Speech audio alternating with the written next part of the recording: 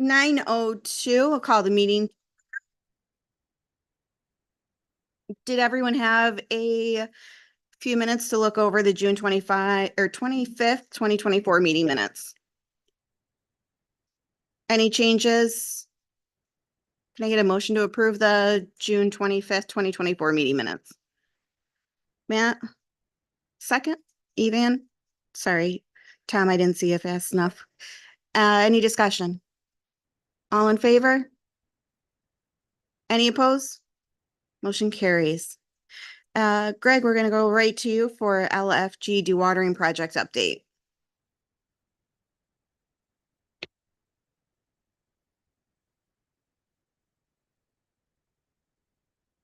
It's not there, and now I'm on green and red, so backwards. Green means go, red normally means stop. But good morning. To just give you guys an update, we have been working on this dewatering and putting again the landfill gas improvement project since last year. Looked and made the motion to move about $550,000 from reserves to dedicate to this project. And unfortunately, like most projects today, they came in tremendously over budget. Just on the base level of services, we're looking at $222,000 over our anticipated budget just for the base project, by the lowest bidder. We've worked with Marcy Excavation before. They actually built Cell 7. They're familiar with our landfill and our operations and where infrastructure is. So that's why they actually came in as the lowest bidder. The unfortunate part is just that's where it is. I'm personally not comfortable moving forward as a contracted service for this. We need to do it. I am looking at your guys' reference to potentially bring this in-house and go out to actually bid for the capital pieces of this, and phase this project in with our staff. I'm very hesitant to spend additional money out of the revenues or reserves, knowing where we currently are and what our fiscal trajectory currently is. So I am proposing to notify the bidders and thank them for their efforts, but to bring this project in-house and do it that way. Looking, as I mentioned in the meeting notes, and looking for your guys' recommendation and feeling on this. Our staff feels we could do it, but it's about timing and coordinating with additional assistance, whether that's with facilities, with our electrical connections, and highway for some support staff. Questions? I got a couple. So like, actually, what does this engage, what does this entail? How many wells and what are you actually physically doing? And what staff would you be putting on it? We would be, taking from diverting our current staff, so that you'd be using your operators to run an excavator to dig trenches for lines.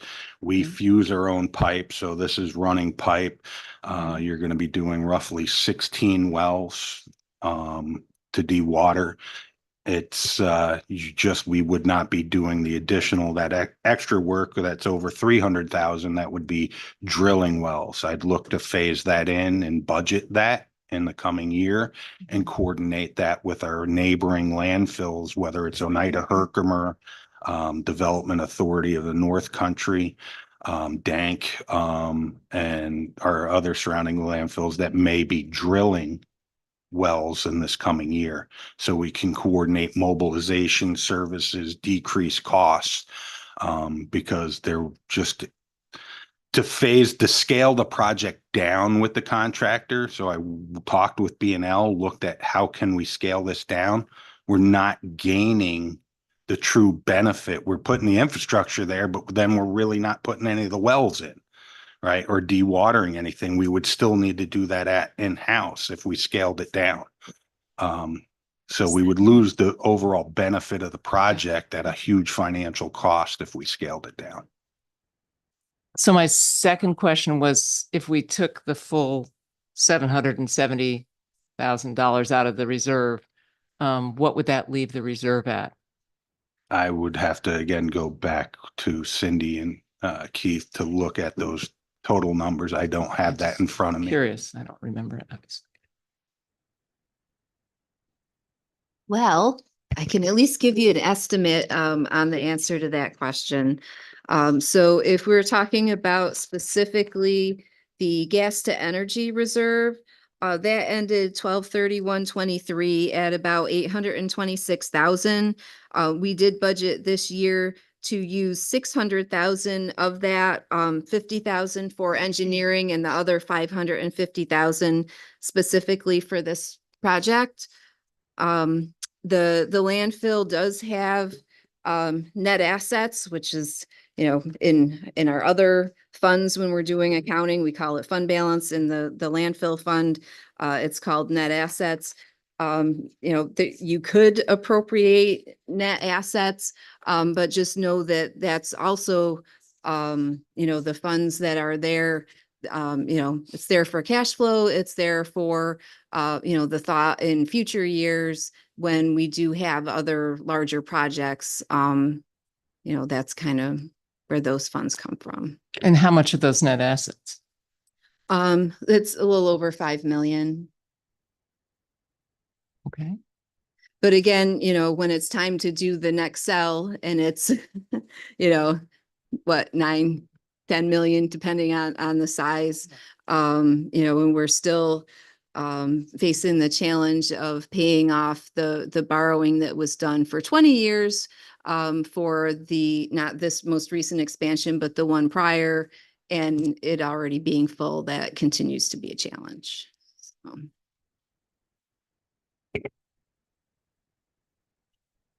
So support recommendations in-house, look at this further. Again, this is, I want to be a prudent manager of, you know, and fiscally prudent for this community in the county. Greg, have you talked to Joe in Highway and John in Facilities to see if they can help? Yes, their support, their needs would be limited, and Joe's been willing to support us where and how he can, and even internally, you know, looking at this project and phasing it in, it's hitting us. We would start, you know, probably during hunting season, so we'll be thin. But that's the difference of doing it in-house versus, you know, all at once. So it's going to be a challenge. It's going to just continually be an operational challenge. The good thing is it's not a consent order. This is a beneficial project we want to do to improve things. We are not at a point where we're forced to or have a hard deadline. So we can phase this in. But it's, again, about timing. It's truly about cost and what would be the most prudent where we are right now. How deep are we talking about it, the excavation? They're shallow surface trenches, so less than 4 feet for most of them. Okay, so could we maybe hire, you know, a few people that just would do on our staff that would just do the excavation work and maybe dedicate them to digging, and you later use them because you're always understaffed, right? So maybe we could just hire those positions a lot cheaper than what you're talking about to contract it out. Just dedicated staff to do this, and then hopefully they stay on. If they don't, they don't. We would have to revisit that with Ryan, and I'd have to come back to you guys in government ops to create positions, but it is doable. And over time, we've looked at this. So when I was first hired back in 2018, we actually had some temporary positions at that time, and that was to put soil cap on cell 7. So we used HEOs. It was actually Eric at Highway's brother, DeGroat. So we used HEO retired HEO support as highway does now for mowing. So those are opportunities, short gap fixes that can help improve our system if they're ready and willing and out there to do it. All we can do is advertise and try to court and solicit, and we don't even have to make them permanent.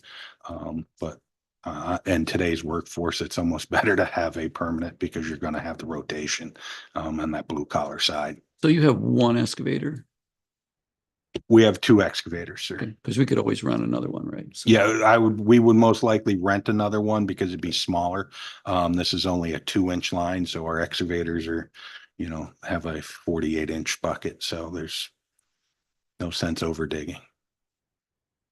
Sort of building on what Jim was saying, what if, and maybe I don't understand the bid document properly, but aside from putting it, the relatively shallow excavation, is the 321,675, that's a piece of the 772, right? And that would, no, I'm misunderstanding it. Okay. Okay, it's $1 million. Okay. Yeah, Okay. overall, it's $1.1 million to do the complete. So that was contingency or additional work that we would like to do if the overall budget came in at scale where we Got it. anticipated. Because I was thinking, I don't know, I was thinking, well, let's do internally the first part and then go ahead. Seems how it takes more expertise, I'm assuming, to do the drilling. B&L went over a week going back and forth with Marcy line by line, and today's labor cost, prevailing wage, mobilization, equipment, they really could not find much savings other than cutting work out.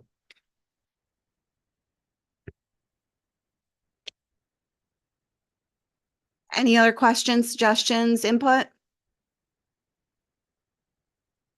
Yeah, not on the committee, but just, I support the concept that the crew's buying into it and they're willing to work at it. I think that's really good. And, if, and you're looking at other options rather than just, we just need more money to make this happen, that I think that's to be commended. And definitely, that you've got, I don't care that it just doesn't matter how critical it is. You've got to work around hunting season. That's just, you can't touch that. So I think that I was glad to hear that mentioned, but. Yeah, the other thing is there are opportunities for overtime because that would be a nice carrot for existing employees. And you might, like you said, that we don't have a consent order on this. It might be an opportunity to give them a little carrot and help us out too. All right, so we're all in favor of trying to keep it in-house. Yes, Everything you can do in-house, we should do in-house. all right. Thank There you. go, sir. Thank you. Next, we'll go on to recycling facility tonnage and project updates, sir. I think we can tie in some presentation with that, Kristen. Ooh. So Oh, Mark's got it. Oh. Oh, it just looks like it looks like you're doing it. More technology than I can handle all at once this morning. They got me on the laptop, correct? So, Latest in the office, so it's time for you that. all right, what am I aiming at? The ether? I don't know. All right, MRF updates and projects. So again, as I mentioned, our MRF has been a great steward of our fiscal steward of our program. We're never always happy that we do enough tonnage. We're never always happy that we lose money on recycling. And they do everything they can to put off some of the capital. We've been working on a tip floor improvement plan nearly 5 years. And then COVID hit. They had some transitions in their management staff. We finally got a contractor last winter that said he'd do it. We set money aside. It didn't happen. And then they didn't meet the insurance requirements. So they found another contractor, and we're getting ready. We're going to save over $10,000 by switching contractors because that one didn't have the insurance. This one does. And we're finally going to fix that floor. Some of you saw it on your walkthroughs and the MRF. We are through the rebar on the floor and the MRF. So that concrete hole there in the center of the building will be repaired for a little over $15,000. So our MRF is plugging along and we continue to build that relationship. But I figured it was a good time here to, we've had some changes in haulers, right? We've had some single stream come into our, more single stream collection come into our community.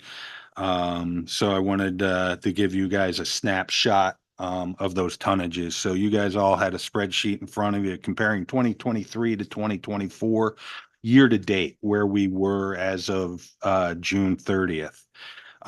So we are down about 471 tons year to date. That's about 25% down. But on the marketing side, we're actually up on the outbound side. And we are within, right? Kristen and her outreach and working with our paper contract with Casella, brokering our tin cans or aluminum, brokering our plastic loads every month, has put us actually $600 in the positive on 400 less tons. So that's been some improvements in the market and her work working with our brokers, and staying in touch with them and maintaining those relationships. As we know in business today, half of what we do is really relationship based. So I have to commend the MRF staff for their quality and their dedication to what they're doing, and Kristen for keeping that stuff moving. But as you see, again, those numbers are down. So we are setting up a meeting with Darren and the ARC staff, management team to kind of game plan for next year's budget. Because we're going to right now continue with our dual stream operations, but what will that look like staffing size? What is the right fit for them? And if we're going to continue the contract in the same format, where may they be able to help us, whether on the as we mentioned, on transfer station staffing side, additional litter support, where can we best utilize ARC staff team to help offset some of our HEO involvement in those operations. So we're going to take a whole snapshot look at this and how we improve this moving forward. Hey, Greg, quick question. Had a call from one of my constituents about the fact that they were having to separate their recyclables for all these years, and then all of a sudden it's in one big bucket.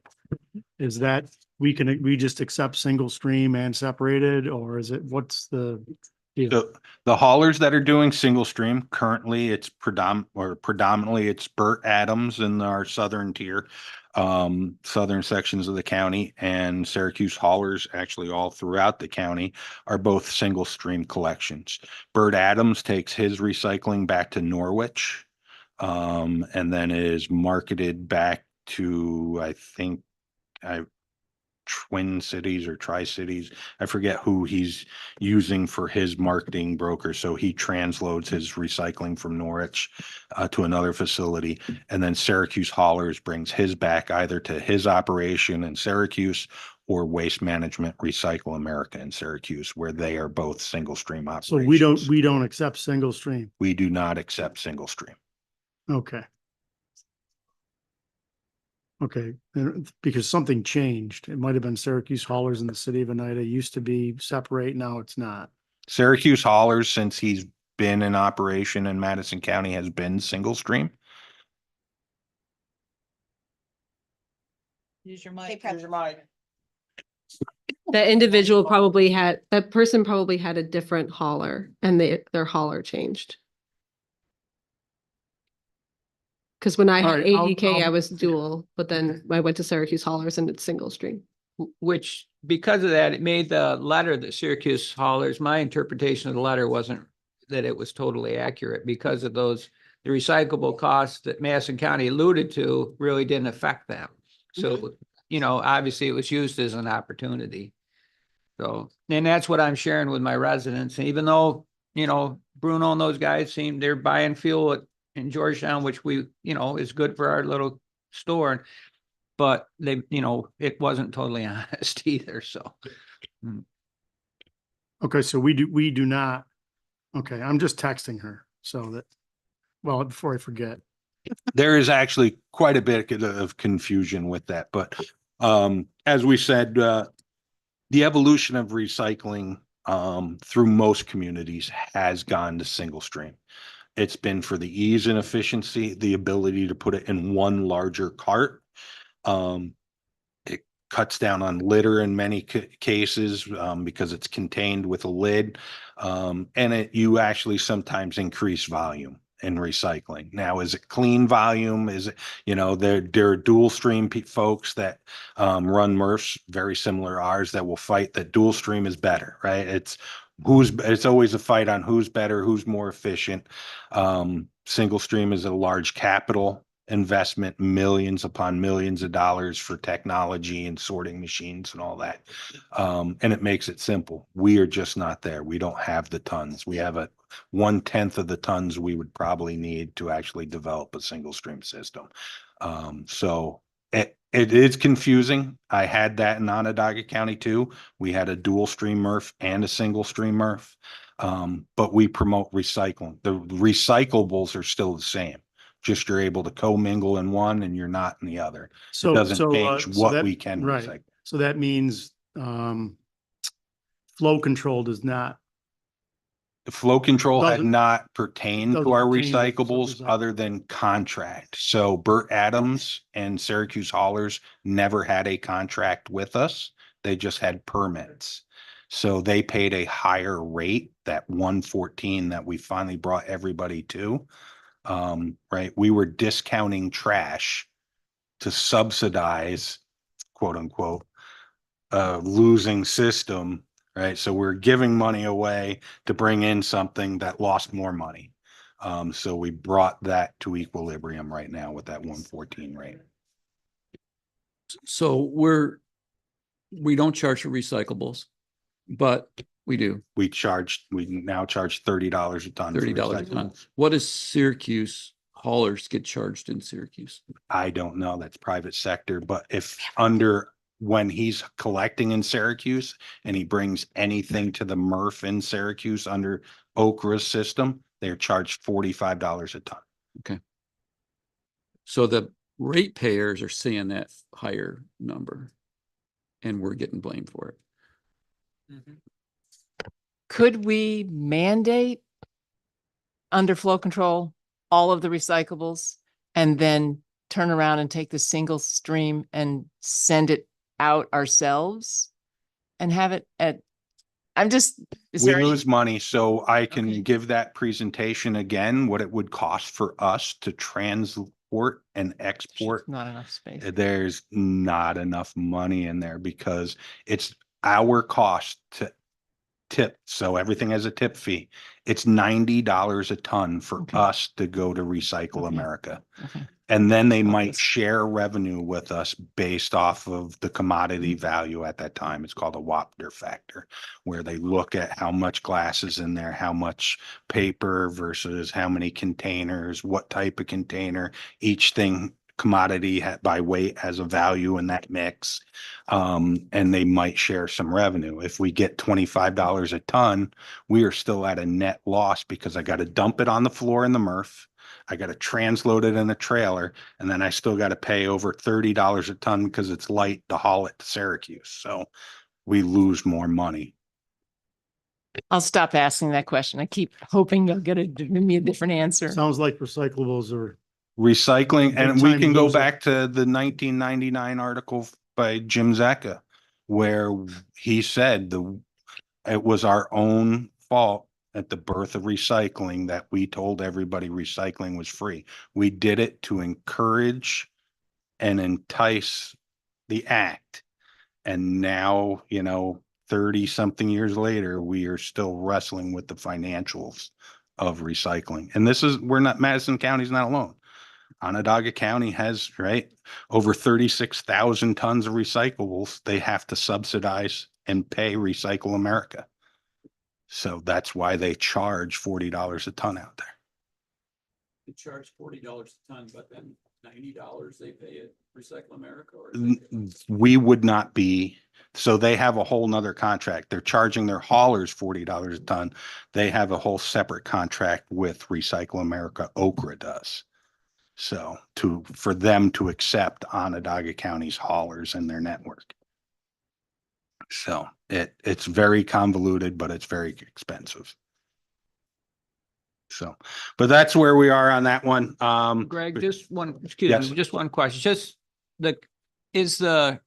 for Kristen or yourself, 25, 30 years later, is recycling something that people, and that's what we have found that determine it, people are determined to do something better at this point. I think most people want to recycle and try to do the right thing. Is that a mindset that has that shifted enough to, play into that, some of that decision, that cost? I know money is seems like it always dictates. Money is always the dictator of most people's actions, right? Or reactions. But we've ingrained it. We want to do the right thing. Sometimes it's no matter what the cost, and sometimes the cost is a limiting factor. Right.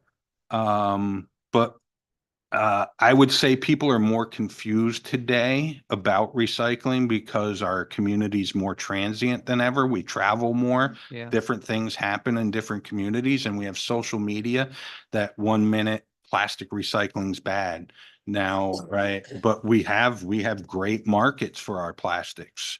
But there's articles out there, good, could be true or underground media saying you're trying to change things. We undermine ourselves all the time. So Okay. it's there. Our kids want it. We want it. The benefit is there in diversion, right? Why do more raw materials? Why, if it's captural, anything's recyclable, just what is the cost, right? Right. There's right. an infinite cost Exactly. barrier. Understood. Yeah, quick, I just got a text back from my constituent. It's Bliss. So they have two big cans, one can for recyclables, one can for trash. So Travis Bliss has mentioned to me Taking that it to Ava, maybe? I've been working with, not Ava, they would be going to Utica. But if that was, he does have an account with Recycle America and does go to Syracuse. So he was working on some of his accounts and looking, he didn't have a hard date when he may transition everybody, but he may start transitioning depending on where his routes are, his customers to single stream. And I had Bliss and it's now Syracuse Haulers. So part of his routes have been sold to Syracuse Haulers. That's just Right. So the information I got.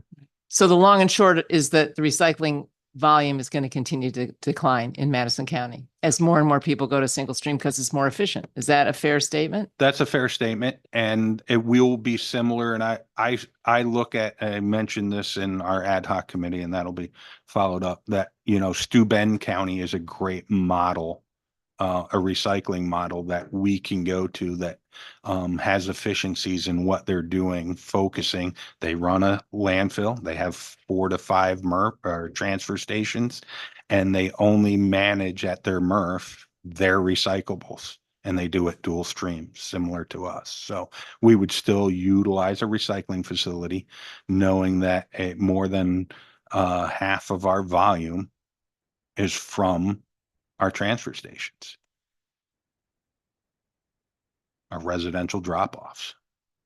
So residents, if they still want to do it, would do dual stream, right? So that's kind of so there's an opportunity, a marketing challenge for us, right? I guess, to get more people in a sense, right? To get more people to use the transfer stations. Not really, because again, it's not efficient.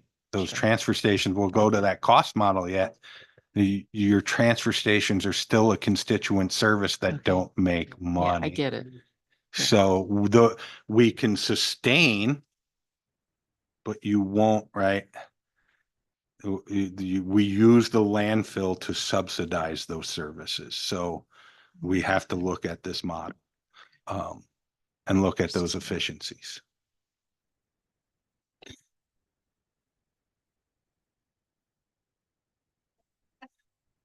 I think we need a transfer station at Georgetown. All right, moving on. I'm sorry that, and again, it gets tough, and we're gonna tackle some of this in the budget here, later next month. Moving on to the transfer station analysis. This is a similar thing, right? We're looking at the tons going in, going to COVID. 2021 was our COVID, the 2022 or COVID years.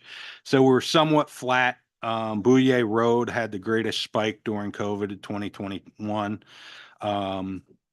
But our cost, not much has really changed there other than our cost of operation, our overhead cost, and you have salary increases, cost of trucking increases, and some reduction in punch card collection.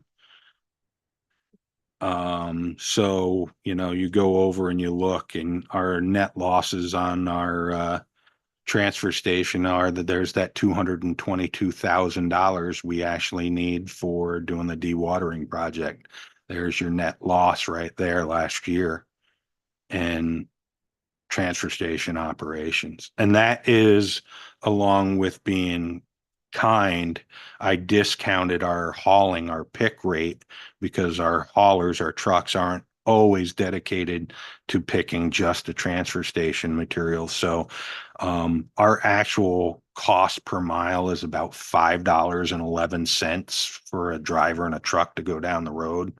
I discounted it for the transfer stations to 75% of that, so about $3.78 per mile to get to a transfer station. And it's a two-way trip, right? Truck goes down, truck comes back. So it starts adding up, and there's your net negative costs. And that also shows along with recycling. So as the commodity market went, this year's doing better than last year. Last year's commodity market was in the toilet. So that's where we didn't have it much. We actually had more tons through the MRF last year. About 180 more tons. But did not collect more revenue just because of commodity market, right? We had 44% decrease in commodity value. That's a function of China not taking our trash anymore. It's a global marketplace. Yeah. So we're relying on export to Europe, the European China's the market. 800-pound gorilla. So Yep. India brought a lot online. They're doing the same thing. India's on the paper side, a huge impact on paper and cardboard. So anybody who need to see any specifics on transfer station specific, you have those tabs in your account. If you go it online, you can look at each one. You can look at your pick ratios. You can look at the truck costs. That's all available for you guys. Dun, dun, dun. So And the then- only, I just want to speak in favor of, in support of Hamilton, because I believe that with the personnel that you will have in this year, that you will have a higher, you're going to have more punch cards collected and more revenue for Hamilton, just based on employees. I'm hoping that that's the case. I'm hoping we now, again, we lost one for a long term. He was out on workman's comp. We had some instability there. When you have people out for a while, that happened last year and this year. Bouye Road, we lost Autumn to a medical issue for a longer period of time. And when you're rotating staff in there without consistency, right, everybody looks at everything a little different. Everybody has a little bit more, a little different attention to detail on what they're doing. It impacts the amount of cards that are collected. Really does. And that happened at Hamilton, and it happened at Casnovia. I'm on my third employee out there on a rotation. So those changes in staff change what you get. the outcomes. It's not plug and play. Moving on to technical review committee. We had a great meeting, last Friday, the 19th, with, 4 members of our community that have, volunteered to join on as a technical working group or technical working committee, for us to help us look at some big picture views on topics. Ivan has, stepped in as our, chair for this technical committee.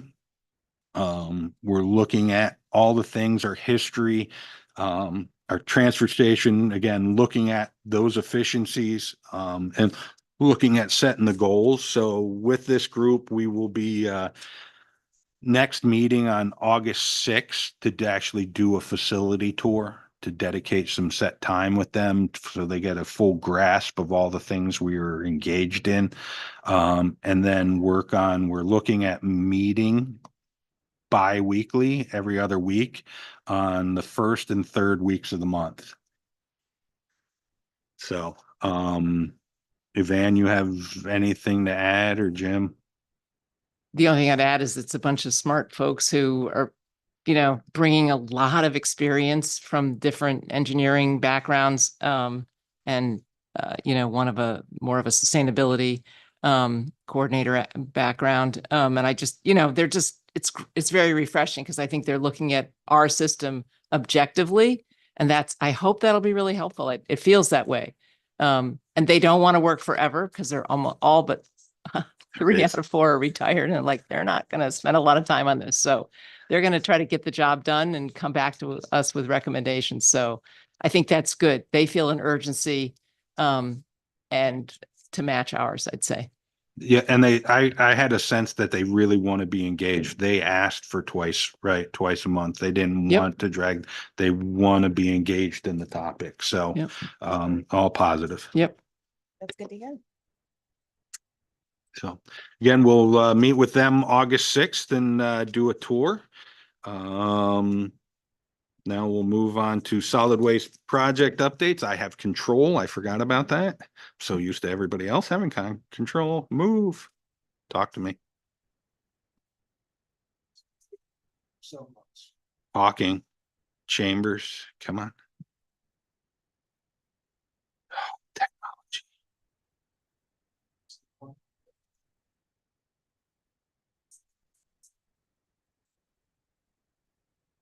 Talk to me. Green button.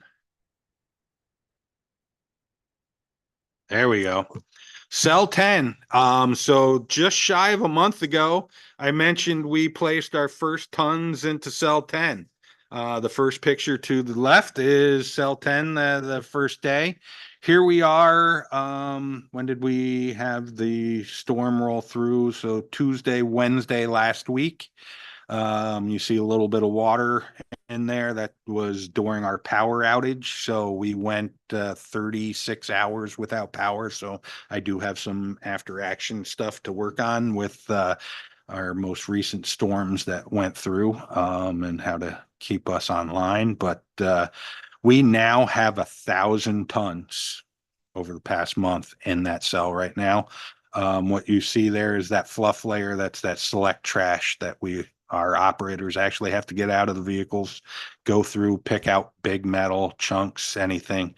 That is your MSW trash, though, direct haul. So we're filling that. Next, there we go. Bigger project. We are right now just completed 4 miles, over 4 miles of line cleaning in our landfill cells. So the photo to the right is the developmental landfill. Cells, the first ones on the lower right are 1 through 5, 6. Then you go to that big line up top to the north right corner, that's cell 7. Then you wrap around cell 8 and then back down 9 and 10. 10 is where we're filling. All those lines along with that purple line have been cleaned, and now they're having the fun of cleaning our leachate lagoon. We've had great coordination again, Matt and our folks from Oneida, Jeff Rowe, Jesse Dottie, Your operating staff down there have been great to work with. We maximized our flows. We did have to engage Egan to help since last Thursday, hauling 4 to 5 loads a day to offset what we needed to send down. One, do the strength and loading limits, and 2, total volume and get that lagoon down. Unfortunately, we were offline for pumping from Tuesday to Thursday with the storm, but so that kind of slinkied us and we had to use Egan, but that's the lagoon. It had not been pumped down since 2015, 2016, when that riser house was put in. You can see the pipes there that need to be cleaned. Those are what take the water in. But on further picture, this is where they are. Oh, that's confined space. How did I miss my new photo? Where's uploaded it?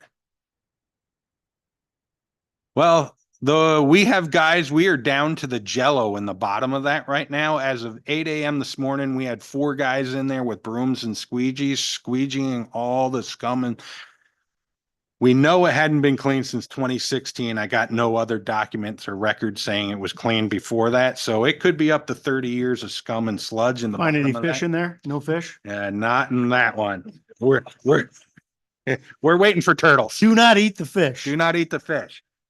There's usually some turtles that make their way in there. And do they come out? We don't know. But yes, so they are working on cleaning that out. I actually had uploaded this morning the guys in their suits and squeegees and the vac truck sucking that out. So unfortunately that's not in there, but it's saved in a file somewhere.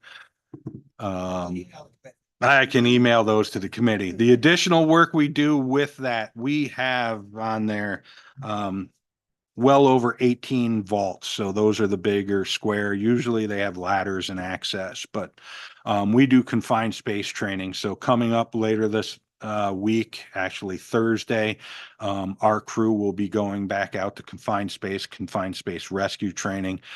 For a while, we did not have support for confined space rescue from Oneida. They are back online, the City of Oneida Fire Department, with their rescue capabilities, and we were only reliant on the City of Syracuse if something bad happened.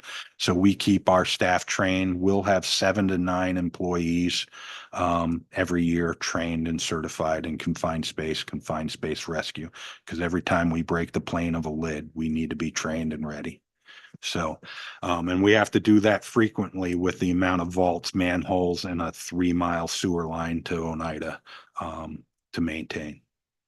So we're working on that, and that's what a lot of this that they needed to use this past week with our cleaning. Land lease, soil borrow, we're going to be coming up on a new farm land lease here shortly. If you look at those areas, those are our soil borrow areas. We are back into area C over there. You can kind of see the ponds that are behind fire training. We are right over in that area soil right now. We are also working in area E, restoring that prior soil borrow area to get that back to agriculture. My hope is by this fall, we'll have that ready for a winter rye or tillable. So they'll be ready to plant in the spring. And we can include, that's a little over 7 acres. We can get included back into the lease. And actually, if you look at area D, that's where Mrs. Tuttle lives. She would love her property borders up to that. So as a good neighbor, we can get that back to the agriculture that she too is used to seeing. So we have some soil disturbance going on over there right now. And this is the actual borrow area. We are taking the clay. This is where we use the clay for cell 10. Adhan did all that work there behind fire training to grab from that. This is us restoring behind along Tuttle Road, up to Mrs. Tuttle's house. And so that's all. We have to take those piles of soil. The scrapings had some topsoil. We'll probably be amending with some organics from our yard waste to re-amend that soil, since most of it's been disturbed and stripped to make it plantable again. And I think that was it on those updates. So that's where we are on projects. So we're hoping we're a couple of months behind on the cleaning project. But hoping to get that underway, or completed with the leachate lines and the lagoons. We normally finish that in May. Here we are, the end of July. Work on that. We are continuing to work on soil cap and cover. Completely in cell 10. Additional projects you'll see down the line. We will be also working with Highway to borrow either their bucket truck or rent a bucket man lift to repair landfill netting. So these storms have been brutal to the landfill netting. I'll provide some photos to the committee of what's going on with that. We have to cut some hedgerows back that rubbed on the netting in these windstorms. And get that ready before winter hits. And then I was hoping to be ready with preliminary budget discussions, but we lost our computers earlier between power outage last week and then our wonderful cyber security update where we were out for a long time. My mechanics still are waiting to get their computer up and going. Theirs had some hard reset issues, so I'm working with them on the longer term capital. So unfortunately, I didn't have that ready for you here today. Item 7, ma'am. Then we just have, that's what we spoke about going into executive session. Executive session, item 7, we need to, the exact terms to talk about specific contract terms and Or financial history of. I'm just whispering in his ear. I need for the financial credit, employment history of a particular person or corporation. yes. I need to go into executive session for What I said. financial credit So. or specific. Motion. Enter executive session. Evan, second. Thank you. I move that. Tom, any discussion? All in favor? Any opposed? All right. Bye, Peggy.